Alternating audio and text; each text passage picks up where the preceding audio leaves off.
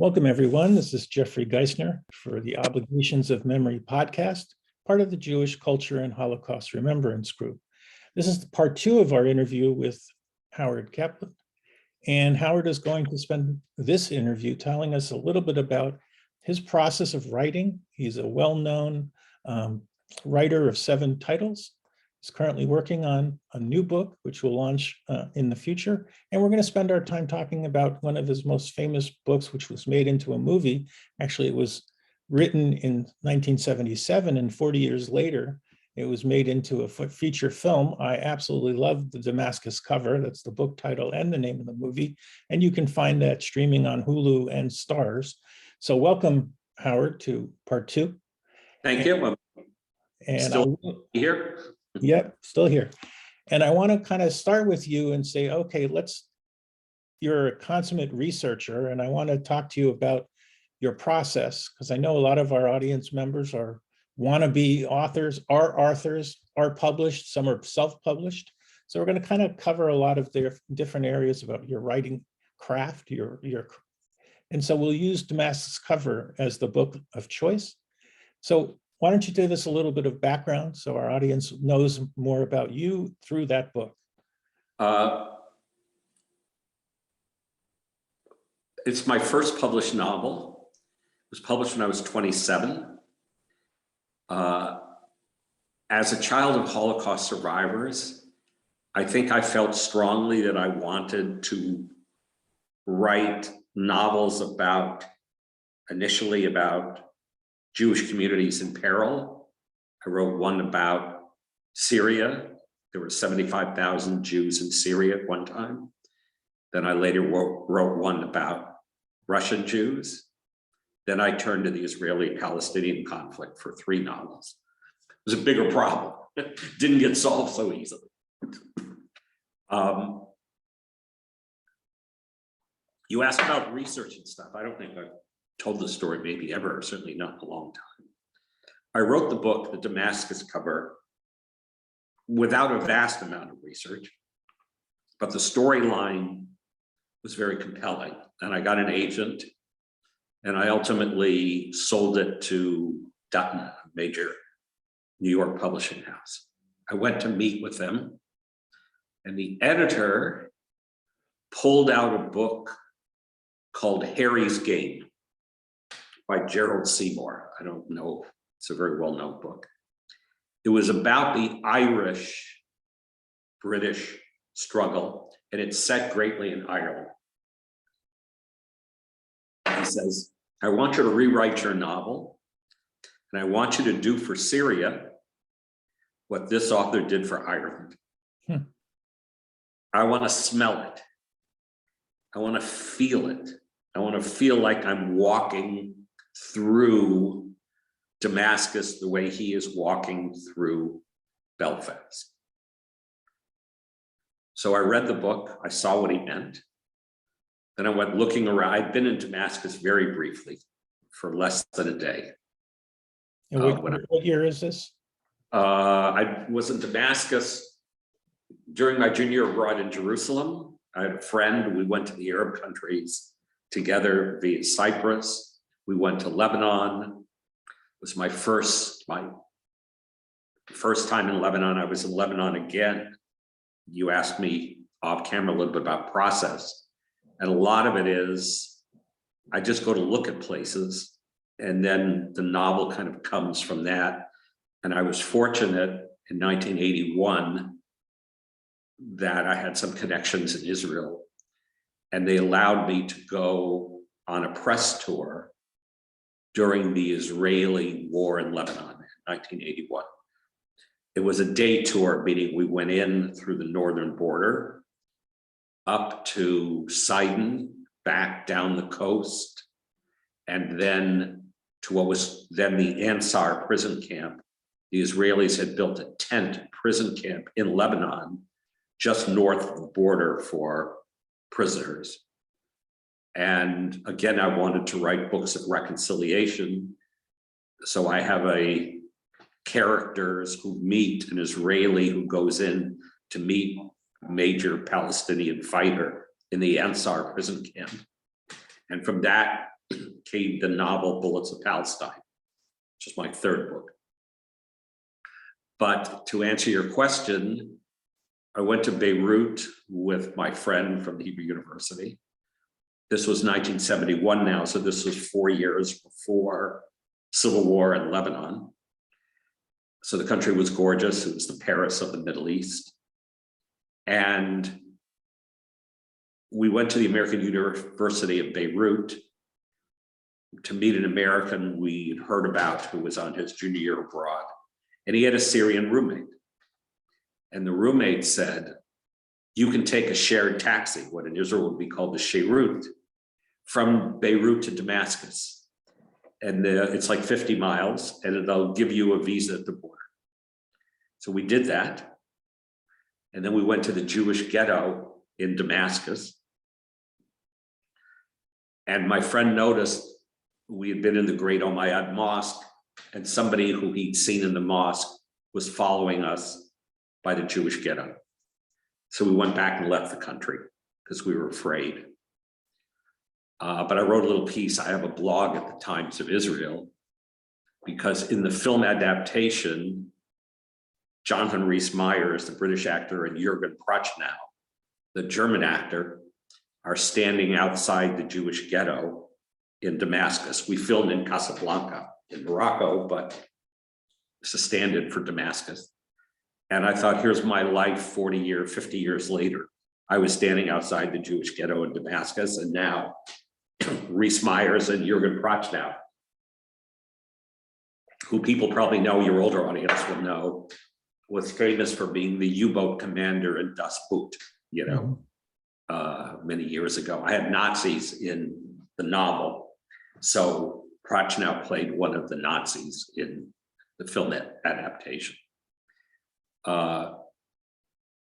So fortunately, going back to the book was already under contract. They didn't pay me very much because they thought it needed a rewrite, but I was happy to have any kind of contract from a major publisher. And I found a book called Mirror to Damascus by a British traveler who had walked through every street in Damascus and described it. So I could steal from him a little bit. And now I find with the internet, you can Google images and they'll put you down anywhere, you know, to the insides of a mosque in the countryside of Lebanon, if you want to describe it. So the modern technology has made it easier for fiction writers in a lot of ways. And I use that all the time. I'm constantly on the internet looking at images of things I want to describe. What do you type in so our audience would know what you know? It's, you know, sort of the advantages, because I wrote this first book about Syria and I'm writing another one. You just kind of keep reading. So for example, there is a checkpoint between Jordan and Syria called the Nasib Crossing. You just type in Nasib Crossing images and you start getting pictures of this. In the middle of the desert between Jordan, that's just an example of how even the most obscure things you can find very easily. Thank you. So they helped me, the Dutton people helped me, changed my understanding of how to write suspense novels, in that these great descriptions were vital. So when I started writing Bullets of Palestine and the Spies Gamble and To Destroy Jerusalem, all of which take place in some part in the Palestinian areas, it was before I relied on the internet, so I would just go. I would get people to take me. By then I was already sort of developing a reputation as being even-handed and fair to all sides. So I would get very good reviews in the Jerusalem Post and in Al-Fajr, the Palestinian paper, or Sada al-Watan, the North American Arab paper. So by then I built up enough of a reputation that people would take me places. So I went to Gaza in the 90s, I believe. A lot of these places you just kind of go for the day. the Middle East is small. Like when I was in Lebanon with the Israeli army, they didn't want, during the war, they didn't want us staying overnight, press people. So we got up, they took us to a guest house near the Lebanon border in the north of Israel in kibbutz, get it up at 5 in the morning, have breakfast, and as soon as it's light, you're in, and you're back at Rosh HaNikra on the Israeli side before sunset, so, but you could see a lot, and I take pictures, I use camera, and this was even the days, a lot of it, Bullets of Palestine was before digital cameras, so you just used up film. And one of the things I found out, it's kind of funny, my son wanted to see them, but I had all these, I always took Kodachrome slides. And I had them stored in these Kodak carousel boxes in a closet that I never went into. They're perfectly preserved for decades because no light got in, and somehow, unlike photographs, which fade, even if they're in a book, slides don't fade. So I just got lucky. So I'll give you a tip. Go to Costco. They digitize those carousels. Yes, I have. I digitized a whole lot of them. My son and I went through them. He's 29 now, 28, because he wanted them saved. So I was a little parsimonious in what I wanted. There was so many of them over so many decades, but we have quite a lot of them online, particularly going back to Poland with my father, who was a Holocaust survivor. So I have all those photos. Okay, so you researched, and so how long did it take you to write Damascus cover? Everything seems to take longer since. I was living in an apartment in Westwood in LA. I was going to graduate school in education to do a doctorate at UCLA, which I never finished. And fortunately, the classes were all, the earliest class began at 4 p.m. because they were geared towards school teachers who were doing graduate work. Go 4 to 6 and 6 to 9. So I would write all day, and I wrote the Damascus cover in about 9 months. I think it's the shortest I ever was able to write. Now, I don't remember, I think it took me 3 months. I do remember. After I got the contract and Dutton gave me those kind of parameters, they also wrote a letter with some plot suggestions, and I liked them. I was not someone who thought my way was better. They liked that I thought that way. And the book landed on the LA Times bestseller list, for 3 months. So if we can compare and contrast then to now, and your ability to go to Dutton then, as to the ability for you to be a first-time author and try to get published, what are the traps? Well, the difference is Dutton was actually, I forgot about this. I haven't thought about this in a long time. The book was not sold to Dutton. It was sold to something called the Saturday Evening Post Press. I know it well. So the Saturday Evening Post, which was a magazine, I think it was a magazine, not a newspaper, right? Yep. Had a publishing division. They bought the book, and very shortly thereafter, Dutton bought them. And my editor, who was, I guess, a very smart guy, he was made the editor-in-chief of Dutton at the acquisition. So I actually benefited from all that. But the point is, all these publishing houses were independent then. Dutton was its own entity. Now Dutton was bought by Viking, which in its own sense was bought by Penguin in Great Britain.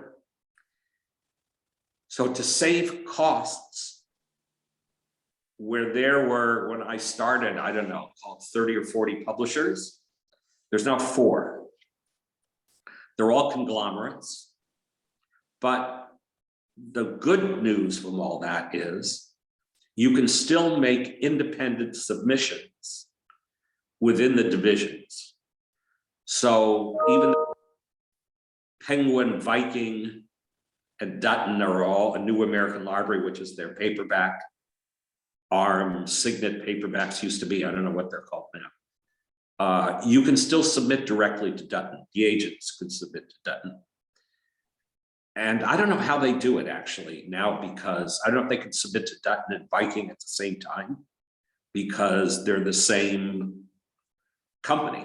But all of them are like that. There's like 4 blocks of publishers, and everybody is on Random House, Knopf, you know, I think Bantam is one group, and they're owned by Bertelsmann. Well, they were owned. I'm a little behind on some of this stuff, which is a big German publishing conglomerate. So, you know, stuff still gets published. It's interesting because I was just speaking to you may know this gentleman, name is Peter Kupfer from LA. He just wrote a book, and he was published by, it was just picked up and published by a company in the Netherlands. So it's not just a, you know, you can go anywhere in the world today, which I think is probably part of. Well, you actually could have done that in its time. I think the Damascus cover was translated into 7 languages. Your agent used to, what you do when you sell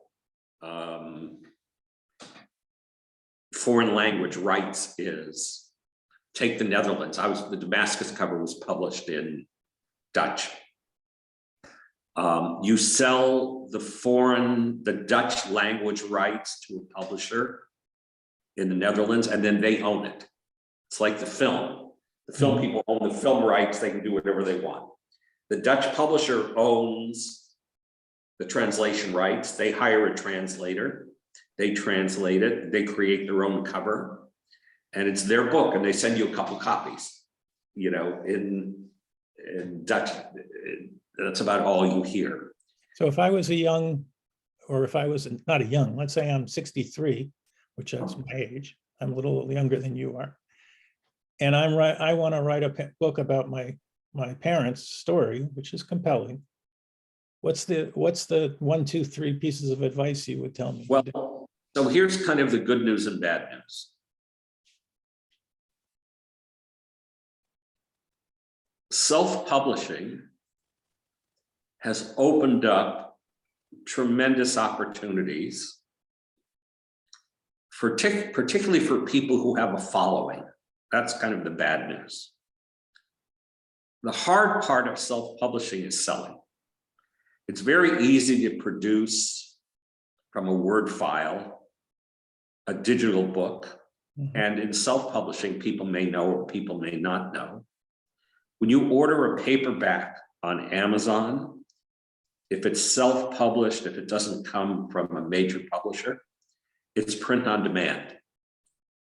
And they're so efficient that if you order the book on Monday, you may get it by Thursday, and you don't know that it was printed on Tuesday, you know? Yep. And then, unless you really smell it, because sometimes it has that new smell to it.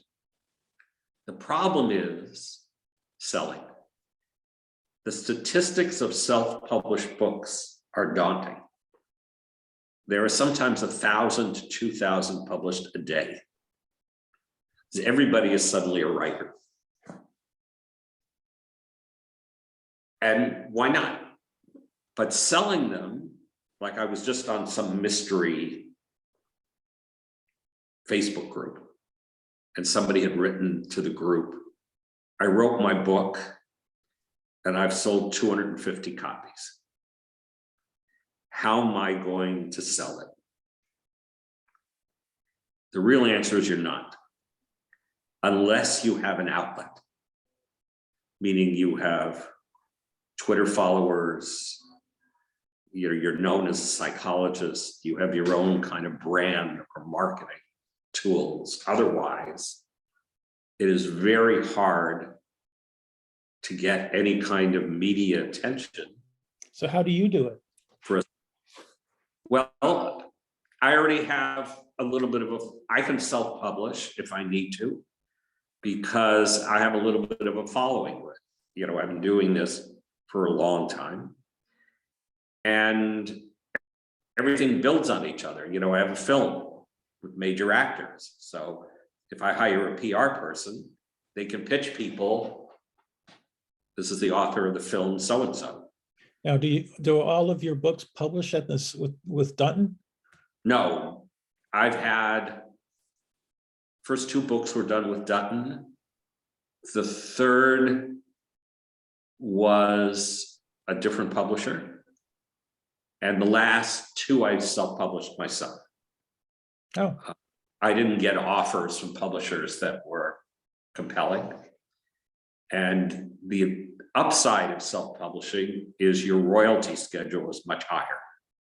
When you sell a book, you're going to get about 15% royalties of the purchase price.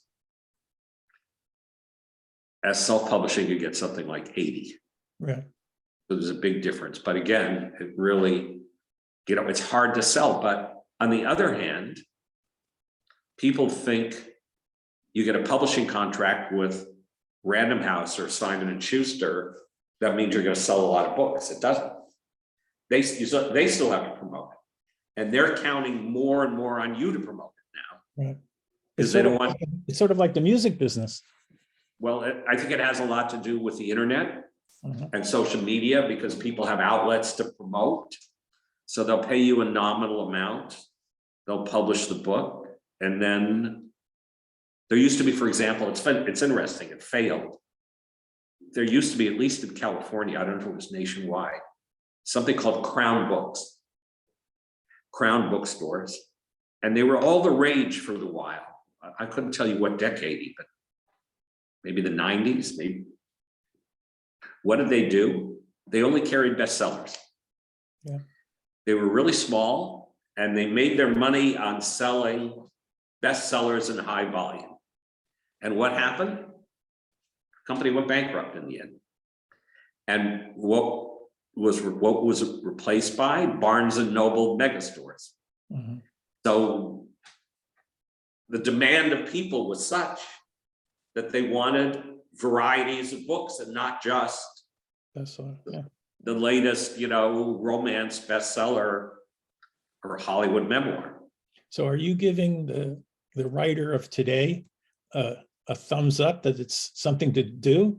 Or are you I think pessimistic that the future is what? I think you have to write a really terrific book. And you should do that. And you should aspire to do that. And I think there's always a good chance for somebody who writes something extraordinary. And it's just hard to know what's going to break through. Apparently, I haven't read it, but there's this book, The Tattooist of Auschwitz. People love it. It's a very big bestseller. So I'm counting on the fact that it was done really well. So I think that's what you have to do. I think you have to ignore all the noise of what's the market like, what's publishing, what I'm going to do, and try to write something extraordinary. Okay, and so that's tell us a little bit about your process. So you decide on the topic. Well, no, sometimes it's the opposite. I wander around and then I come up with the topic. Like I went into Lebanon, as I said. When I wanted to write The Spies Gamble, which also is a fairly recent book, I went to Israel. I started talking to people, talking to friends, what's going on here. Then I went again into the Palestinian territories with the Palestinians. And I came up, for example, then you come up with things that they tell you. For example, I was in something called the Al-Amari refugee camp in Ramallah. It's right in the city. And I was able to get Palestinians to take me through the camp. So one guy tells me, the soldiers come and patrol. It's a cat and mouse game in these refugee camps because the soldiers don't want the Palestinians to have weapons. The Palestinians want to have weapons. So the Israelis come in the middle of the night, if they have a tip, and try to confiscate weapons or manufacturing. They're able to make their own little submachine guns. So they tell me, this Palestinian, that they get on the rooftops and they drop small refrigerators at the patrolling Israeli soldiers, who are most likely 18 and 19 years old. And this is about the last place they want to be at 3 a.m. in the morning. And I want to hear that again. They've dropped small refrigerators. Refrigerators from the rooftops on the line of Israeli patrolling soldiers who are patrolling and bursting into the camp at 3 in the morning. I just, for example, on Facebook got a new Facebook friend who is the director of a Quaker school in Ramallah. So he tells me from his apartment window, he can see the Israeli soldiers going into the Al-Amari camp at 3 in the morning, the firefights. So the Palestinians tell me they drop refrigerators, as I said, on these soldiers, either to hurt them or to maim them or to get them to flee. So I tried to imagine in this book, The Spies Gamble, what it's like for both sides. What it's like for an 18-year-old Israeli who's just out of high school, patrolling a camp with a helmet, and if a refrigerator comes hurling at him from the roof. And I tried to imagine what it's like for a Palestinian who's roused from sleep at 3 in the morning by Israelis bursting into his refugee camp to look for weapons. So he goes up on the roof to try to drop a refrigerator that they've stored up there for this purpose on them. And that's my interest in the Israeli-Palestinian struggle, rather than trying to demonize the other side the way my parents as Holocaust survivors or as Holocaust sufferers were demonized by Hitler's minions. And for example, in The Spies Gamble, we talk, a friend of mine who helped create Birthright helped me with this. I talk about, so how do I, part of the process, I go sit with my friend who's a hugely honored educator in Israel, who's the chairman emeritus of Hillel. And he's an interesting guy. He lectures to Israeli cadets. You can't become an officer in the Israeli army without hearing one of his lectures about pluralism. And his favorite line is, we don't have to be uniform as Israelis to be unified. So he'll go into the Israeli army base in Hebron, which is protecting the settlers, to talk to them about what they're doing morally in that base. So he and I talked, and I wrote a scene in Spies Gamble about it, about what does it mean to be a powerless people, as the Jews were powerless in Europe, and what are the moral responsibilities when you now have the power?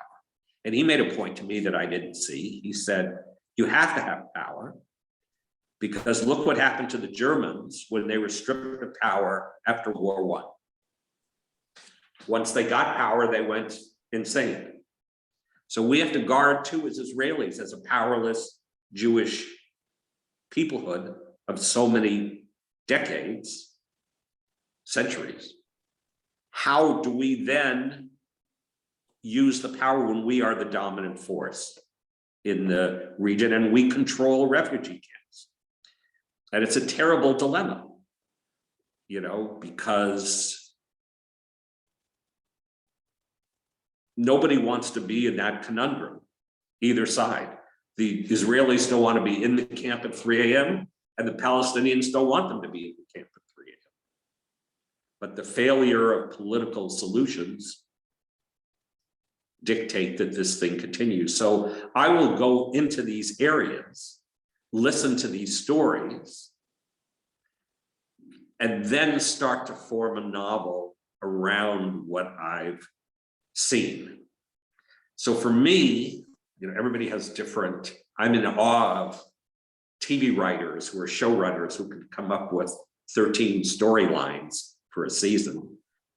For me, the hard part is coming up with an idea, and the easy part is sitting a year or two and working on it.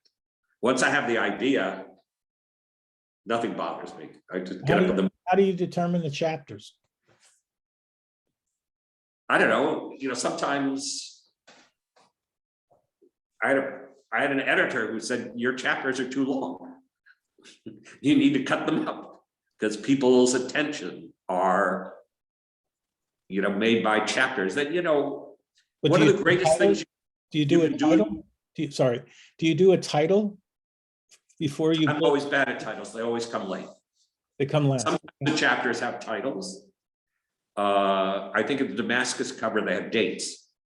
So you can follow the progression of the story. Nothing better than reading.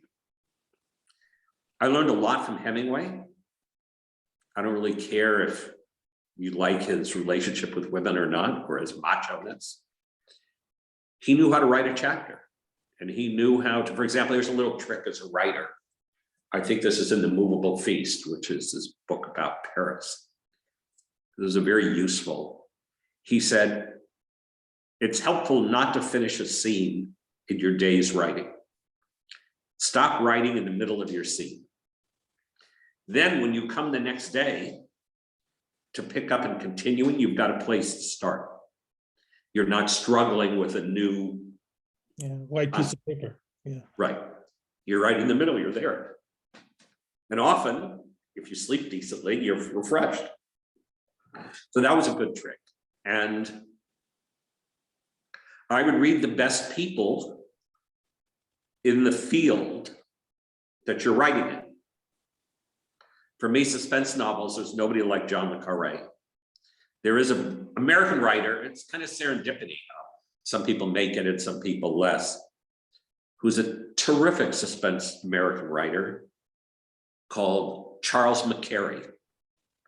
Not nearly as well known within certain circles, but also probably the best American spy writer. I mean, there are people who write suspense books like John Grisham or Dan Brown. These guys who are very good at what they're doing. You can learn from them too. Dan Brown always basically has a hook at the end of every chapter. He leaves everything on a cliffhanger. So when we're getting again close to our end here, but what will you consider your writing historical fiction or just fiction? What do you hear when I ask the term historical fiction? It's a really interesting question, and I ask myself that often. My books are heavy in history and heavy in description. And people remark, the reviewers, both customers and newspapers remark about that. So I'm not sure. I'll give you a funny example. My son interviewed for a private school, and they asked him, what's a historical fiction book he read? So he kind of stumbled. And I remember when he was 11 years old, we ran out of books in Italy, and I bought The Agony and the Ecstasy. So even though I didn't want to chime in, I chimed in. So he later told me he was thinking about The Chosen, which is kids during World War II, and he wasn't sure if that was a historical novel or not. And I told him, I'm not sure either. But we know The Agony and the Ecstasy, the Michelangelo one, qualified. So that worked out. So I don't really know, if I fit in a category or that category. I try to write serious books with moral conundrums and dilemmas. And as you mentioned, I'm heavy on history and description. And what's left on your bucket list? I don't know. I seem to be able to only go one place at a time. Like I'm working on this book now about the Syrian Civil War. which I mentioned in the other half of the broadcast, because I started it before the Ukrainian war. And there's vast parallels between the two, both in terms of the destruction of civilian life and civilians, and the fact that the West let Putin run rampant in Syria. It was a mistake Obama made. It's not a question of Republican or Democrat, but Obama drew a red line in the sand and said, if we use chemical weapons, that's going to be something crossing that line. A year later, Assad used chemical weapons and killed 1,000 people, civilians in eastern Damascus, and we didn't do anything. As such, we enabled Putin to go into Syria, build military bases, and wipe out the resistance. And Assad is still there. So now comes to Crimea and Ukraine, and Putin thinks the West is weak. They didn't stop me in Syria. They're not going to stop me in Crimea, and they didn't. And finally, in the Ukraine, we're doing something. Almost surprisingly, but maybe not, that the devastation is so vast, but the devastation in Syria was vast too. We just have some bias, you know. Middle Easterners are not as high on our pecking order as Ukrainians, who maybe have vast food and other reserves that we need. So I'm happy to see they're trying to stop Putin in the Ukraine. So hopefully the novel will, this one's called The Syrian Sunset, when I finish it, will be an enlightening part of what we missed, of where we could have. I hope when you do finish it, we can get together again. You can come on to our program. We'll do another podcast together. Thanks, Howard, for all of the insight. And I'm sure our membership is so appreciative of your collective wisdom over the last, how many years, 40 years of doing what you're doing? I'm on Facebook. I generally answer messages. I think I'm full with friends past the limit, but if you direct message me on Facebook, I'll answer.